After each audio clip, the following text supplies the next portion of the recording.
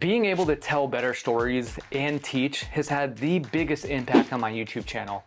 And when I realized that YouTube was the best platform because it actually rewards you when you put good content, I became obsessed with figuring out how to tell better stories and teach. When I focused on telling better stories and teaching, I saw my views go up, I got more subscribers, and I was actually able to generate leads from my channel with having a small channel. I finally had this figured out. So I made a process for everything, where to insert what, when, and why, how to give examples, how to introduce concepts and principles into stories, how to teach like a story. And then I made my next video and it bombed.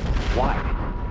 Why would it bomb? I followed the process, the same process that I did last time. Our goal is to create content that our audience wants, that teaches them how to solve a specific problem that will typically lead to our product. Truth is we can tell great stories and the video is gonna bomb. And the reason why is we need to take a step back. And before we make the video, before we start the scripting or the outlining, we need to actually make sure it's something that our audience actually wants. Now the cool part is YouTube leaves clues. And if you implement this right, it's gonna help you teach, giving more clarity in your videos. I'm not only gonna help you learn how to tell better stories and teach at the same time, I'm gonna show you how to actually research topics and identify videos worth creating people wanna watch. To you and me, success can look a little bit different on YouTube. Originally, I just wanted to be able to generate leads on command without paying money for ads.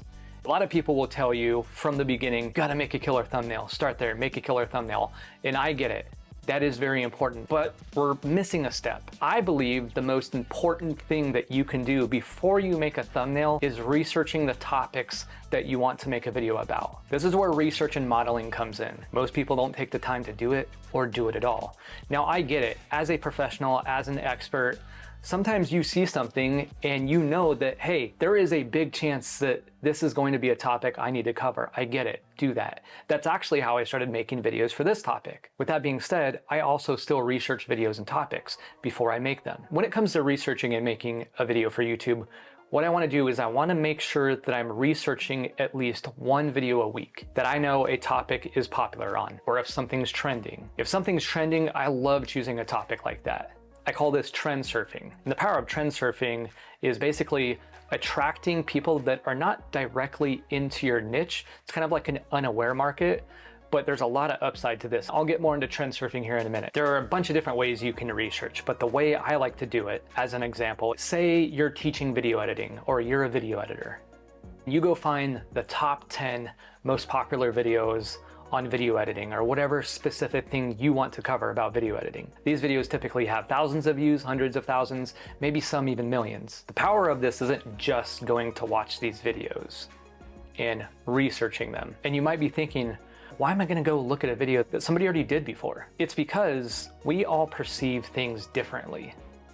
Watch the videos that you find and take out a piece of paper or take out your iPad and start writing down things that pop out to you. This is how I got on this subject, because I was researching video on storytelling and content creation, and nobody was telling you what to do or giving really clear-cut examples. And that's where you come in with your perspective. You know you have a video in front of you that has done well, you're watching the video, other things are standing out to you, and then you find gaps in the video, and that's what you talk about. That's what you create videos about.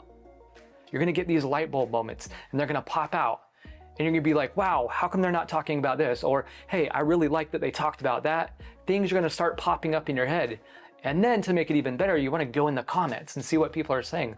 A lot of the times people will talk about what they don't like about the video or what they're upset about. Use that to your advantage. Another example, when I did trend surfing, I bought this camera, it was a DJI Pocket 3, and everybody was doing a whole bunch of reviews on them. And I knew if I did a review as well, or something like it, or an introduction, that it would do pretty well because it's pretty popular right now. The problem was I'm not really like a videographer, but most videographers are gonna be interested in learning how to create content or generate leads or learn how to tell better stories. So it wasn't direct to my niche, but it was an unaware, untapped market for me. So I went ahead and I made a video on it. I watched a bunch of videos that people had made, and I found that what they weren't talking about was color matching and color grading, and a lot of the language they were using were for video experts or camera experts, and I wasn't an expert, and I knew there were other people out there like me that just needed to kind of make the content more understandable, a little bit more simple. Until this day, that video has done the best. Take the time to watch the videos, find out what interests you and what is missing, and fill in the gaps. This is gonna help build your brand and build trust and credibility with your audience. Stories are powerful. I remember watching this movie, Tears of the Sun, with Bruce Willis, and he was a Navy SEAL. And the impact that movie had on me was I joined the Army, I became an infantryman, and I joined a reconnaissance unit. And I went to go on to deploy in Iraq and be part of the surge. The movie ultimately inspired me to join the Army, become an infantryman, and join a reconnaissance unit. Stories inspire, and it's the reason why you may love a character and identify with their goals. Now, the actual word for this is called narrative transportation, and it's when you get sucked into a movie or a TV show and you feel like you're in it. But we're not writing movies and we're not writing TV shows. So how do we actually take advantage of this? How do we implement this as a creator, a business owner, and an entrepreneur? And how do we use this to grow our business? And more importantly, how do you go from telling a story to teaching? It's actually pretty simple when you understand the fundamentals. And the problem is most of us aren't using a system or a process. We're kind of just winging it. And when you wing it, you can lead to rambling or what's called fluff content. Or you could bore your audience to death with data. As we go into the fundamentals, look at storytelling and teaching the same. What I mean by that is when you're telling a story and teaching, you have a start, a middle, and an endpoint. For teaching, we first need to give context to set up the lesson. And that happens at the start or the beginning. Then we get into the problems we need to help people solve in the lesson, or conflict in the main obstacle in the story.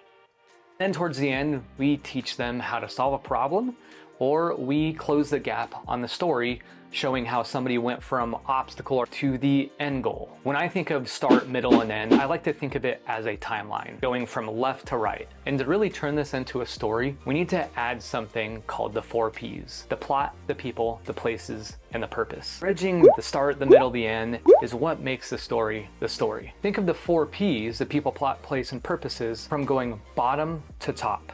The people are either the characters in your story, or if you're teaching, the people you're thinking about, the people that you're actually making the content for. In this case, the audience. The audience I have in mind when I'm teaching. What I'm doing is I'm using the same story formula that I do to tell stories, also to teach. In the beginning, when you're teaching, I like to think of it as the situation people are in. This is what gives context. Places are where you're telling a story. Are you at a store? Are you at your home? And it could also be frame of mind and perspective. And it can also be frame of mind. And it can also be frame of mind and perspective when you're teaching. And purpose. Purpose is the point of the story and the reason why you're teaching it. It's what you want your audience to be able to take away at the end. Today, I want you to be able to take away knowing how to tell better stories and teach to give your audience clarity so they understand what your product or service is, so it helps you grow your business. Remember a few moments ago how I talked about the start, middle, and end, and how to use it as a timeline going from left to right? What really completes the story is adding conflict and tension. And the same can go for teaching.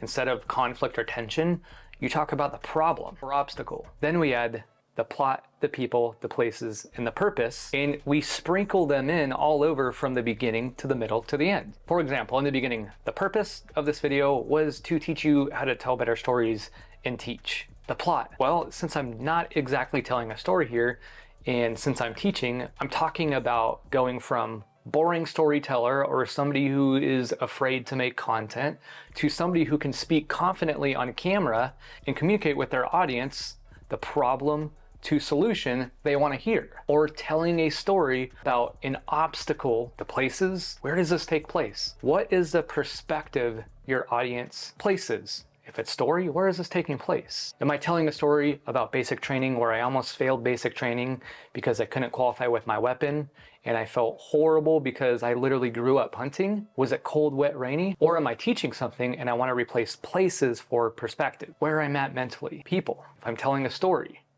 I'm talking about characters. If I'm teaching, I'm bringing up the audience and what's relevant. Every stage I go to, start, middle, end, I'm thinking about those 4 Ps. And the way to really solidify this and make a story, now to actually make this good, we're missing one piece, and that is conflict. And what conflict does is it allows us to create tension. And there are a couple different ways you can go about creating tension. The best way to create conflict and tension is by introducing conflict itself, or an obstacle or a problem your audience or a character is facing. What I like to do is I like to try to aim for the conflict to climax in the middle. But don't worry about that for now. Do the best you can. You can also add conflict and obstacles in the beginning. You can add it every step of the way. I hope you enjoyed this video. If you want to learn more about storytelling and teaching and how to generate leads for your business on YouTube, even if you have a small channel, look out for a link in the description to join my newsletter.